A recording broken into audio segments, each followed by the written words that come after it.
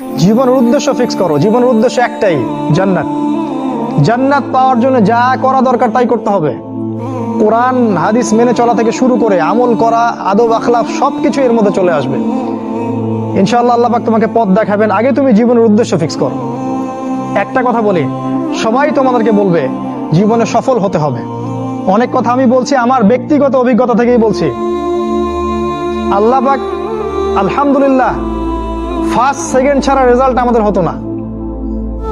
যখন থেকে আমরা বুঝতে পেরেছি যে ট্র্যাকে আমরা যাচ্ছি সে ট্র্যাকটা ভুল, সেই ট্র্যাকটা ভুল, এই বুঝটা যখন থেকে আসছে আমাদের মধ্যে, আমরা চেষ্টা করছি অন্যদেরকে আমাদের শিক্ষা দিয়ে সচেতন করার জন্য।